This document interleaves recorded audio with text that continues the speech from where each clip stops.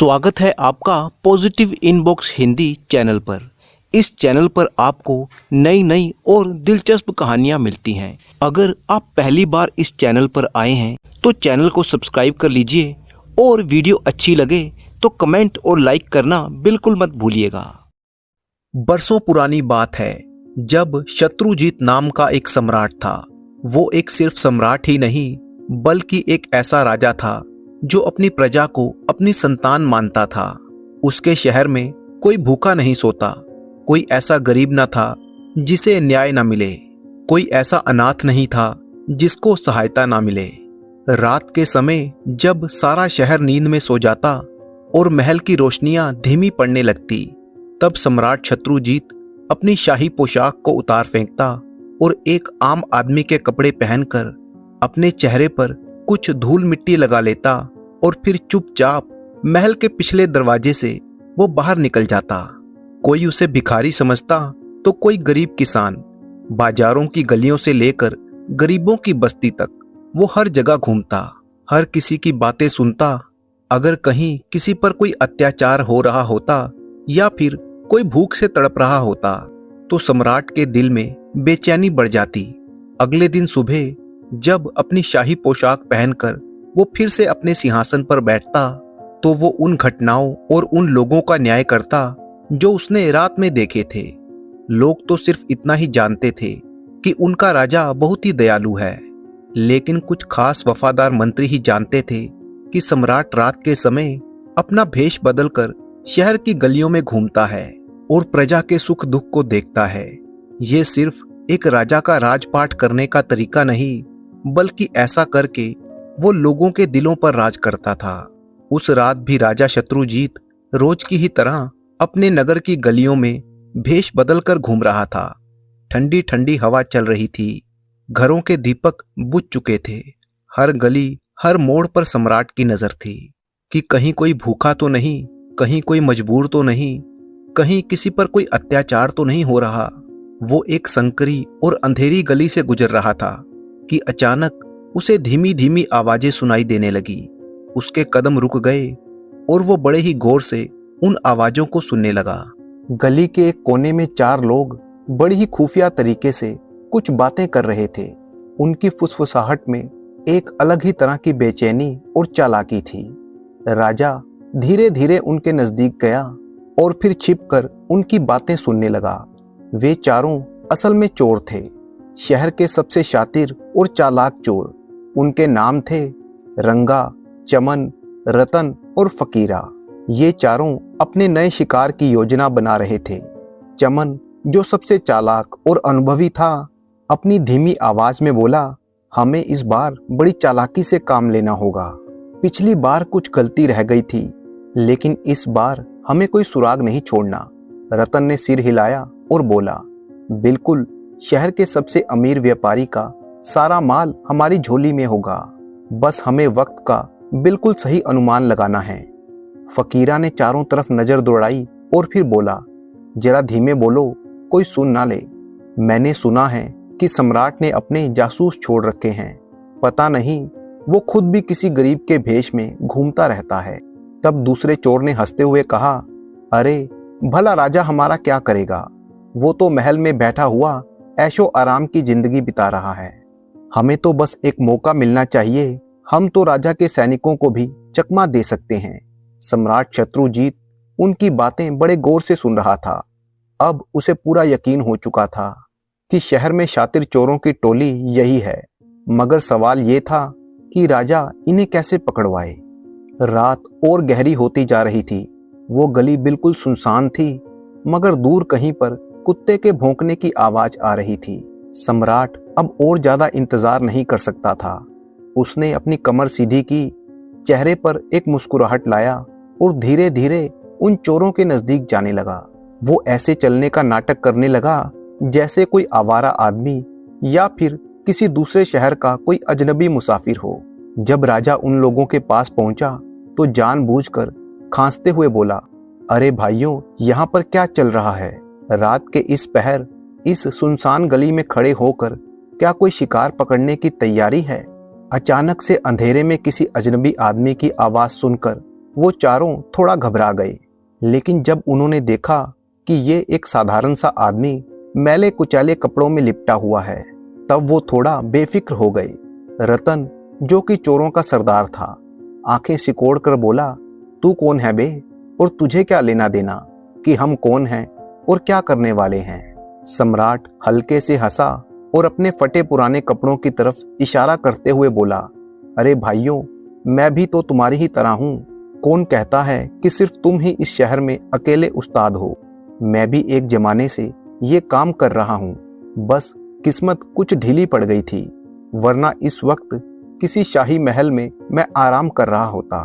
फकीरा ने शक भरी नजरों से पूछा, अच्छा तो फिर बता कि तूने अब तक कौन कौन से बड़े काम किए हैं। राजा ने गंभीरता से सिर हिलाया और एक गहरी सांस ली। बोला, भाई, बड़े काम तो मैं नहीं बताऊंगा, मगर इतना कह सकता हूं कि मैंने ऐसे ऐसे बड़े बड़े शिकार किए हैं कि तुम्हारी रूह कांप जाएगी। एक बार तो मैंने शाही खजाने में हाथ साफ करने की सोची थी, मगर उस वक्त मैं पकड़ा गया। चमन ने हंसते हुए कहा, वाह शाही खजाना, तू तो कुछ ज्यादा ही ऊंची उड़ान भरता है। दूसरे ने एक जोरदार ठहाका लगाया, अगर तू इतना ही बड़ा चोर है तो इस बात का सबूत दे। तब सम्राट ने बड़ी ही चालाकी से उनकी आंखों में आंखें डालते हुए कहा, भाई, सबूत तो काम के बाद दिया जाता है। अगर आज की रात तुम लोग मुझे अपने काम में शामिल कर लो तो मैं अपनी काबिलियत तुम्हें दिखा दूंगा। चारों दोस्त एक दूसरे की तरफ देखने लगे। कुछ देर तक चुप्पी छाई रही और फिर फकीरा ने एक हल्की सी मुस्कान के साथ सिर हिलाया और बोला, ठीक है, आज की रात तुम्हारी परीक्षा है। अगर तुम उस पर खरे उतरे तो फिर तुम हमारे साथ हो जाओगे, वरना अपने जीवन की चिंता तुम खुद करो। सम्राट ने कहा, तो मैं बात पक्की समझूं। अभी तक सम्राट ने बड़ी ही चालाकी से अपनी पहचान छुपाए रखी थी। सम्राट ने उन लोगों की बातों में दिलचस्पी दिखाते हुए कहा, अच्छा भाइयों, जब मैं तुम्हारा साथी बनने वाला हूं तो मुझे ये पता होना चाहिए कि तुम लोगों में ऐसे कौन से गुण हैं, ऐसी कौन सी खासियत है जो तुम इतने बेफिक्र होकर चोरियां करते हो। आखिर जब बड़ा हाथ मारना ही है तो हम सबको अपनी अपनी खासियत का पता होना चाहिए। चारों चोरों ने एक दूसरे की तरफ देखा। फकीरा सबसे पहले आगे बढ़ा और बोला, मेरे अंदर एक बहुत ही खास गुण है। मैं किसी भी जगह खड़ा होकर सिर्फ सूंघ कर बता सकता हूँ कि सोना, चांदी, हीरे, मोती, कीमती खजाना कहाँ पर छिपा है। मुझे सोने चांदी की महक दूर से ही महसूस हो जाती है। इसीलिए जब भी कोई बड़ा खजाना चुराना होता है तो मेरी नाक सबसे पहले काम आती है। राजा ने उसकी तरफ देखा और फिर बोला, वाह, बड़े ही काम का गुण है तुम्हारे अंदर। अब दूसरा चोर चमन आगे आया और बड़े ही घमंडी अंदाज में बोला, मैं जानवरों की आवाज समझ सकता हूँ। मैं कुत्ते, बिल्ली, घोड़े सबकी बातें सुन सकता हूँ। वो एक दूसरे से क्या कहते हैं मैं साफ साफ समझ सकता हूँ। अगर कहीं पर कोई कुत्ता भौंक रहा हो, कोई घोड़ा बेचैन हो जाए तो मैं जान सकता हूँ कि वहां पर कोई खतरा है या नहीं। सम्राट ये सुनकर बड़ा हैरान हुआ और बोला, तुम कुत्ते बिल्लियों की भाषा भी समझ सकते हो? चमन ने मुस्कुराते हुए सिर हिलाया और कहा, हाँ बिल्कुल, इसी खासियत के कारण कई बार हमारी जान भी बची है। अब बारी थी तीसरे चोर यानी रंगा की। उसने अपनी जेब में से एक छोटी सी तार निकाली और बड़े घमंड से बोला, मैं बिना चाबी के कोई भी ताला खोल सकता हूँ, चाहे वो ताला लोहे का हो, पीतल का हो या फिर शाही खजाने का सबसे मजबूत ताला हो। मेरे हाथ में आते ही सारे ताले खुल जाते हैं। सम्राट ने चुटकी लेते हुए कहा, तो भाई तुम्हारे हाथों में तो जादू है। अब सबसे आखिर में चौथा चोर यानी रतन आगे आया। उसके चेहरे पर एक अजीब सी मुस्कान थी। वो बोला, मेरा गुण सबसे खतरनाक और काम का है। मैं एक बार किसी आदमी को अंधेरे में देख लूं तो फिर उसे दोबारा पहचानने में कभी गलती नहीं कर सकता, चाहे वो अंधेरे में कितनी भी छिपने की कोशिश करें, पर मेरी आंखें उसे फिर भी पहचान लेती हैं। सम्राट ने हैरान होते हुए कहा, अच्छा, तो इसका मतलब रात में अगर किसी को तुम देख लो तो सुबह लाख छुपने की कोशिश करने के बावजूद भी तुम्हारी नजरें उस आदमी को पहचान लेंगी? रतन मुस्कुराया और उसने हाँ में सिर हिला दिया। सम्राट अब ये समझ चुका था कि ये चारों चोर कितने हुनरमंद और शातिर हैं, मगर साथ ही साथ सम्राट अपने मन में एक योजना भी बना चुका था। उसने हल्के से मुस्कुराते हुए कहा, तो इसका मतलब हमारी टोली अब बहुत ही जबरदस्त है। तो बताओ कि आज की रात किसे निशाना बनाना है। चारों चोर सम्राट की बातें बड़े ही गौर से सुन रहे थे। उन्होंने अपने अपने गुण और खासियत तो बता दिए थे, मगर उनकी आंखों में अब एक सवाल था। रतन ने हल्के से मुस्कुराते हुए पूछा, अच्छा, हम सब ने तो अपने अपने गुण तुम्हें बता दिए, मगर तुमने तो अभी तक कुछ बताया नहीं। तुम भी बताओ कि तुम्हारे अंदर ऐसी कौन सी खास बात है। सम्राट ने कहा, भाइयों, मेरे अंदर जो गुण है वो कुछ अलग है और वो बड़ा ही अनोखा है। अगर हम लोग कभी किसी मुसीबत में फंस जाएं या फिर पकड़े जाएं, तो मेरी आंख के एक इशारे से हम लोगों की सजा भी टल सकती है और जान भी बच सकती है। चारों चोर ये सुनकर चौंक गए। फकीरा बोला, क्या सिर्फ नजर के इशारे से सजा माफ हो सकती है? ये तो बड़े कमाल का गुण है। इसका मतलब अगर हम चोरी करते हुए कभी पकड़े गए तो हम बच भी सकते हैं। तब उनमें से एक बोला, भाई, हम में से सबसे अच्छा और सबसे फायदे का गुण तो तुम्हारे अंदर है। अगर तुम हमारे गिरोह में आ जाओ तो हमें किसी चीज की कोई फिक्र नहीं रहेगी। मगर राजा के मन में कुछ और ही चल रहा था। उसने कुछ सोचते हुए कहा, भाइयों, इन छोटी मोटी चोरियों से कुछ हासिल होने वाला नहीं है। अगर अपनी पूरी जिंदगी आराम से गुजारना चाहते हो तो सीधा राजा के खजाने पर हाथ साफ करो। वहां पर इतनी दौलत मिल जाएगी कि फिर दोबारा कभी किसी चीज की कमी नहीं रहेगी। पूरी जिंदगी आराम से बैठकर खाएंगे। ये बात सुनकर उन चारों चोरों की आंखों में लालच चमकने लगा। फकीरा ने जोश में कहा, वाह, ये हुई ना बात। हमें एक ही बार में इतना माल मिल जाएगा कि दोबारा कभी चोरी नहीं करनी पड़ेगी। वो चारों चोर राजा की इस योजना पर काम करने के लिए तैयार हो गए। राजा, जो कि अंदर ही अंदर बहुत खुश हो रहा था कि ये चारों चोर उसकी चाल में फंस गए। अब वे सभी तेजी से राजा की महल की तरफ बढ़ने लगे। अंधेरी और सुनसान गलियों से होते हुए महल के बिल्कुल नजदीक जा पहुंचे कि तभी एक कुत्ता जोर जोर से भौंकने लगा। कुत्ते की आवाज सुनते ही वो सभी चौकन्ने हो गए। फकीरा ने तभी चमन की तरफ देखा, क्योंकि चमन ही था जो जानवरों की भाषा समझता था। फकीरा बोला, अरे भाई, सुनो तो ये कुत्ता क्या कहता है। क्या कहीं पर कोई खतरा है? चमन ने कुछ देर तक कुत्ते की आवाज सुनी और फिर अचानक उसका चेहरा फीका पड़ने लगा। उसकी आंखों में अजीब सा डर झलक रहा था। वो बोला, भाइयों, ये कुत्ता कुछ बड़ी ही अजीब सी बात कहता है। ये क्या बोल रहा है, जल्दी बताओ। चमन बोला, ये कुत्ता कहता है कि तुम्हारे साथ इस समय नगर का राजा चल रहा है। जैसे ही चमन ने कुत्ते की बात बताई, एक पल के लिए वे सभी लोग हैरान रह गए और परेशान होकर एक दूसरे की तरफ देखने लगे। लेकिन तभी अचानक रंगा जोर से हंसने लगा और बोला, ये तू क्या बकता है? और फिर चारों चोर जोर जोर से हंसने लगे। बोले, अरे राजा, क्या कोई भिखारी है जो इतनी अंधेरी गलियों में घूमेगा? वो तो इस समय अपने मखमली गद्दों पर आराम कर रहा होगा, और तू कहता है कि वो हमारे साथ चोरी करने के लिए आएगा। उनमें से एक कहने लगा, भाई, लगता है इस बार तुमसे कुत्ते की भाषा समझने में कुछ गड़बड़ी हो गई। चमन बोला, भाइयों, मैं तो वही बता रहा हूँ जो कुत्ता बोल रहा था। शायद ये बात उसने किसी और के लिए कही होगी। तब सम्राट ने उनसे कहा, भाइयों, मुझे तो लगता है कि ये कुत्ता भूखा है, क्योंकि जब पेट खाली होता है तब दिमाग में उल्टी सीधी बातें आती रहती हैं। हमें बिल्कुल डरना नहीं चाहिए, बल्कि इन बेकार की बातों को छोड़ो और अपने असली काम पर ध्यान दो। सबने हामी भरी और आगे की तरफ बढ़ने लगे। राजा मन ही मन खुश था कि उसकी योजना अब सफल हो रही थी। चारों चोर अब सम्राट के महल के अंदर घुस चुके थे, लेकिन किसी के दिल में भी बिल्कुल भी डर नहीं था, बल्कि उनकी आंखों में तो लालच तैर रहा था। जैसे ही वो महल में पहुंचे तो फकीरा एक पल के लिए खड़ा हो गया और वहां की मिट्टी सूंघने लगा। मुस्कुराता हुआ बोला कि खजाना अब ज्यादा दूर नहीं है। खजाने की खुशबू इसी तरफ से आ रही है। चलो मेरे पीछे पीछे आओ। इसके बाद सभी चोर फकीरा के पीछे पीछे चलने लगे। महल के गलियारों को पार करते हुए वे लोग खुफिया रास्ते से खजाने वाले कमरे के बाहर पहुंच गए, जहां पर एक बहुत बड़ा और मजबूत दरवाजा था, जिस पर एक बहुत भारी ताला लटक रहा था। रंगा आगे बढ़ा। उसने अपनी जेब से एक पतली सी तार निकाली और ताले में डाल दी। उसकी उंगलियां बड़ी सफाई से घूम रही थी। पलक झपकते ही वो ताला खुल गया। रंगा मुस्कुराया और धीरे से बोला, देखा, मेरे इस हुनर के आगे कोई ताला टिक नहीं सकता। वे सभी लोग दरवाजा खोलकर अंदर चले गए। अंदर पहुंचते ही सबकी आंखें चुंधिया गई।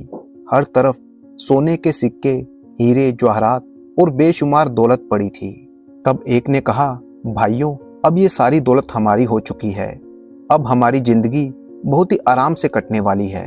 इसके बाद सभी चोर अपने अपने काम में लग गए।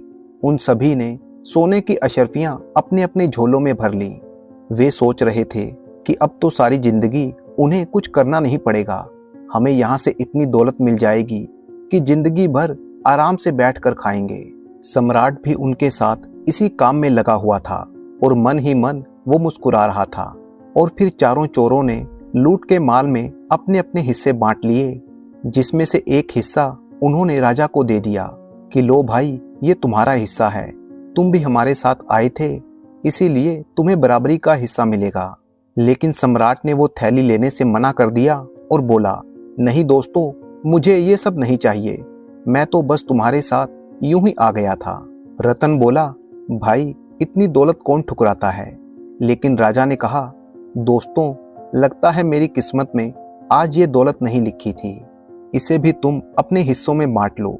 कुछ सोचकर उन चारों चोरों ने अपने कंधे उचकाए और सोचा, हमें क्या, अगर ये अपना हिस्सा नहीं लेना चाहता तो कोई बात नहीं, इसका हिस्सा भी हमें ही मिल जाएगा। फिर जल्दी जल्दी वे लोग अपनी अशर्फियां गिनने लगे। राजा एक एक करके उनके पास गया और उनसे उनके नाम और पते पूछने लगा कि अगर मैं फिर कभी चोरी की योजना बनाऊंगा तो तुम्हें अपने साथ ले चलूंगा। उसने फकीरा से पूछा, भाई, तुम अक्सर कहाँ पर मिलते हो। फकीरा बोला, मैं तो बाजार के पास वाली सराय के पास ही रहता हूँ। हाँ, अगर फिर से कोई बड़ा हाथ मारना हो तो वहीं पर आ जाना। इस तरह से राजा ने एक एक करके उन चारों चोरों से उनके नाम और पते पूछ लिए। चारों इस बात से अनजान थे कि जिसे वे अपना साथी समझ रहे थे वो तो इस नगर का सम्राट था। इसके बाद वे सभी लोग महल से बाहर निकल गए। चारों अपने अपने ठिकानों पर पहुंच गए, जबकि राजा नगर की अंधेरी गलियों से होता हुआ वापस अपने महल की तरफ चल दिया। उसे तसल्ली थी कि उसकी योजना सही दिशा में काम कर रही है। उसने चोरों को सजा देने के बजाय उनके गुणों की तरफ ध्यान दिया था। वो सोचने लगा, ये लोग भले ही चोर हैं, लेकिन इनके अंदर बड़े ही बेमिसाल गुण हैं। अगर इन गुणों का सही इस्तेमाल किया जाए तो ये मेरी सेना में सबसे बेहतरीन सिपाही बन सकते हैं। वो सोचने लगा कि फकीरा, जिसकी नाक सोने चांदी को सूंघ सकती है, अगर मैं उसे अपने खजाने की सुरक्षा का काम दे दूं, तो फिर किसी की क्या मजाल कि वो खजाने में सेंध लगा सके। जो चोर हर ताला खोल सकता है, अगर वो हमारे दुश्मनों के किले में घुस जाए तो एक बेहतरीन जासूस बन सकता है। चमन, जो कि जानवरों की भाषा समझता है, अगर वही हमारे शाही घोड़े और हाथियों की देखभाल करे तो इसमें मेरा ही फायदा होगा। रतन, जिसकी नजरें अंधेरे में भी देख सकती हैं, क्या वो मेरे महल की चौकीदारी कर रहे पहरेदारों का मुखिया नहीं बन सकता।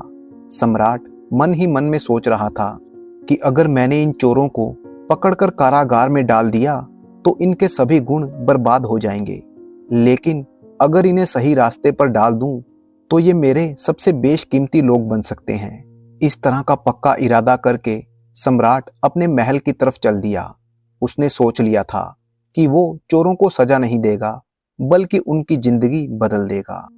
सुबह का सूरज निकला तो पूरे नगर में हंगामा मच चुका था कि महल से बड़ी खबर आई है कि सम्राट का खजाना लूट लिया गया है। सारे मंत्री, सलाहकार और दरबारी महल के दरबार में जमा हो गए। हर तरफ बेचैनी थी, हर कोई अपनी सलाह दे रहा था। किसी ने कहा कि जरूर ये कोई बाहर का गिरोह है जो नगर के बाहर से आया है। पूरे बाजार में छानबीन करनी चाहिए, हर गली हर कूचे में देखना चाहिए। किसी ने कहा शायद महल के अंदर का कोई आदमी इसमें मिला हुआ है। दरबार में हर कोई अपने अपने सुझाव दे रहा था, मगर असली जवाब किसी के पास नहीं था। लेकिन सम्राट अपने सिंहासन पर बैठा हुआ बड़ी ही शांति से ये सब कुछ सुन रहा था। फिर अचानक उसने मुस्कुराते हुए अपने हाथ को उठाया और बोला, मुझे अपने नगर के बारे में अच्छी तरह से पता है। मैं जानता हूँ कि ये चोरी किसने की है और वो चोर इस वक्त कहाँ पर हैं। ये सुनकर पूरे दरबार में सन्नाटा छा गया। सारे मंत्री और सिपाही राजा की तरफ हैरानी से देखने लगे। एक मंत्री ने झुककर कहा, महाराज, क्या सचमुच आपको ये पता है? तब सम्राट ने बताया कि उन चोरों के नाम फकीरा, चमन, रंगा और रतन हैं। ये सुनते ही दरबार में खलबली मच गई। राजा ने अपने सिपाहियों को बुलाया और उनसे कहा कि हर एक चोर अपने अपने ठिकाने पर मिलेगा, उन्हें पकड़ो और मेरे सामने हाजिर करो। इतना कहकर राजा ने उन चोरों के पते ठिकाने सिपाहियों को बता दिए। सिपाही तुरंत हरकत में आए। सिपाहियों की अलग अलग टुकड़ियां शहर के अलग अलग हिस्सों में उन चोरों को पकड़ने के लिए पहुंच गई। थोड़ी देर की ही मेहनत के बाद चारों चोरों को पकड़कर दरबार में पेश कर दिया गया। अब चारों चोर दरबार में रस्सियों से बंधे हुए खड़े थे। उनके चेहरे पर डर साफ साफ दिखाई दे रहा था। वे हैरान लग रहे थे कि उनके नाम और ठिकाने इस तरह से राजा के पास कैसे पहुंच गए। सम्राट अपने सिंहासन पर बैठा हुआ था। उसके चेहरे पर एक रहस्यमयी मुस्कान थी। अचानक रतन, जो कि अंधेरे में देखने की काबिलियत रखता था, उसकी नजर सम्राट के चेहरे पर जा टिकी। वो सम्राट को आंखें फाड़ फाड़ कर घूरने लगा, जैसे किसी पहेली का हल ढूंढ रहा हो। कुछ ही पलों में उसके चेहरे का रंग उड़ गया। वो बोला, ये तो वही है। उसके दिमाग में पिछली रात की पूरी घटना तेजी से घूमने लगी। वो बोला, वही चाल, वही आवाज, वही अंदाज और वही चेहरा। ये तो वही आदमी सम्राट के रूप में हमारे सामने है। उसने घबराकर बाकी साथियों की तरफ देखा और धीमी सी आवाज में बोला, ये तो वही है, हमारा 5वां साथी, जो रात को हमारे साथ खजाना लूटने के लिए आया था। यानी कि वो कुत्ता बिल्कुल ठीक कह रहा था कि वो 5वां आदमी कोई और नहीं बल्कि सम्राट खुद था। तीनों चोरों ने रतन की बातों को नकार दिया। रंगा बोला, तू तो पागल हो गया है। ये कैसे हो सकता है कि राजा खुद हमारे साथ चोरी करने के लिए आए? लगता है तूने कोई नशा कर लिया है। अगर ये सच में सम्राट होता तो फिर क्या हमारे साथ खजाने तक आता और अपने ही खजाने को लुटवाता? लेकिन रतन अभी तक राजा को ही देख रहा था। बोला, मैं अंधेरे में एक बार जिसे देख लूं उसे दोबारा कभी नहीं भूल सकता। मैं सच कहता हूं, यही हमारा 5वां साथी है। ये बोलते हुए रतन की आवाज अब कांपने लगी थी। उधर सम्राट अपने सिंहासन पर बैठा हुआ मुस्कुरा रहा था। मगर सवाल अब ये था कि क्या इस राज को सम्राट स्वीकार करेगा?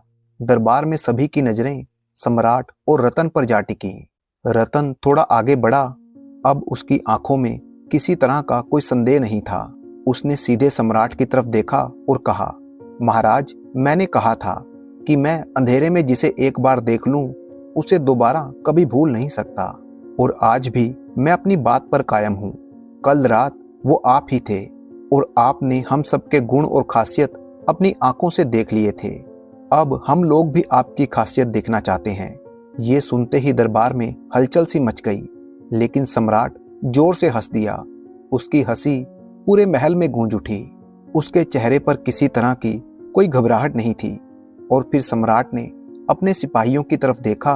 उसने अपनी आंखों का एक इशारा किया। उसका इतना करना ही था कि सिपाही फौरन उसके इशारे को समझ गए। चारों चोरों की रस्सियां खोल दी गई। पूरे दरबार में खुसुर पुसुर शुरू हो गई। सबकी नजरों में बस एक ही सवाल था कि आखिर ये माजरा क्या है। फिर सम्राट ने कहा कि इन चारों चोरों को गिरफ्तार करने की कोई जरूरत नहीं है। ये लोग चोर ही नहीं बल्कि बहुत ही गुणी आदमी हैं। कल रात की पूरी कहानी मैं आप लोगों को सुनाता हूँ। इसके बाद राजा ने कल रात की सारी घटनाएं अपने सभी दरबारियों और मंत्रियों को सुना दी कि कैसे वो खुद चोरों के साथ चोरी करने के लिए गया और फिर एक एक करके उन चोरों के नाम और ठिकाने मालूम कर लिए। ये सुनते ही उन चोरों के हाथ पैर कांपने लगे। वो उसी वक्त सम्राट के कदमों में गिर पड़े और आंसू बहाते हुए उनसे माफी मांगने लगे। हमें माफ कर दीजिए महाराज, हमने आपको पहचानने में देर कर दी। आप हमें एक मौका दीजिए, हम हमेशा आपके वफादार रहेंगे। सम्राट ने मुस्कुराकर कहा, तुम लोग चोर हो, लेकिन तुम्हारे अंदर बहुत ही अनमोल गुण हैं और यही काबिलियत तुम हमारे देश की भलाई में लगा दो तो तुमसे बढ़कर कोई हो नहीं सकता। और इसके बाद राजा ने उनमें से हर एक को उनकी खासियत के आधार पर अपने ही महल में उनको नौकरी पर रख लिया। रतन, जो कि अंधेरे में किसी को भी पहचान सकता था, राजा ने उसे अपने महल का मुख्य पहरेदार बना दिया ताकि वो महल में घुसने वाले हर दुश्मन को दूर से ही पहचान सके। रंगा, जो कि बिना चाबी के सारे ताले खोल देता था, उसे शाही खजाने का पहरेदार बना दिया। चमन, जो कि जानवरों की भाषा समझता था, उसे महल के अस्तबल में काम कर रहे नौकरों का मुखिया बना दिया गया। फकीरा, जो कि सोने चांदी का पता लगा सकता था, उसे खोजी दस्ते का मुखिया बनाया गया ताकि वो सूंघकर सोने चांदी का पता लगा सके। अब चारों चोर, जो कभी अपनी चोरी के लिए बदनाम थे, अब वह अपने गुणों के कारण राजा के सबसे खास आदमी बन चुके थे। समय गुजरा और वही चारों चोर सम्राट के सबसे वफादार और योग्य दरबारी बने। तो दोस्तों, सच ही कहा गया है कि इंसान की पहचान उसके गुजरे हुए कल से नहीं बल्कि उनके वर्तमान से होती है।